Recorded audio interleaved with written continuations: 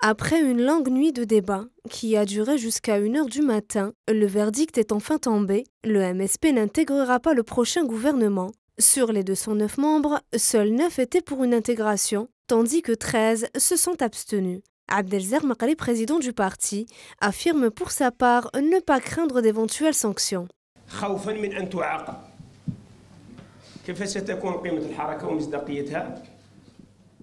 Si l'on craint des sanctions, quelle sera alors la valeur et la crédibilité du mouvement?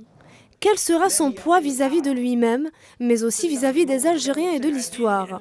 Quelle est la valeur d'un mouvement qui prend une décision dont il n'est pas convaincu juste par peur? Qu'est-ce que vous en pensez? Les mouvements qui prennent position juste par peur ou par intérêt sont voués à la disparition. Et ensuite, pourquoi aurait-on peur? Nous ne sommes pas des voleurs, nous n'avons pas pillé de banques, ni de grandes entreprises, ni encore moins volé des voix.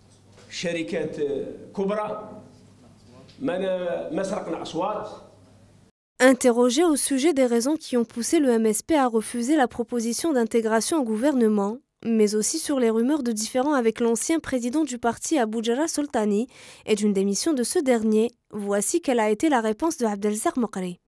Hier, nous sommes partis heureux et nous sommes venus ce matin pour animer la conférence de presse. Si à 2 heures du matin vous avez eu de quelconques informations, tenez-nous au courant.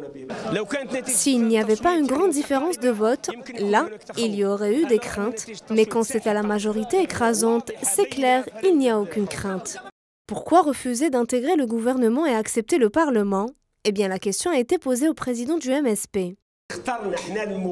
Nous avons choisi la résistance, en dehors et à l'intérieur des institutions, et l'une des plus nobles résistances et luttes politiques, c'est celle qui se déroule à l'intérieur du Parlement. Après des jours et des jours de débats et de spéculations, le MSP a finalement tranché, en attendant de voir les réactions de ceux qui étaient en faveur d'une intégration au gouvernement.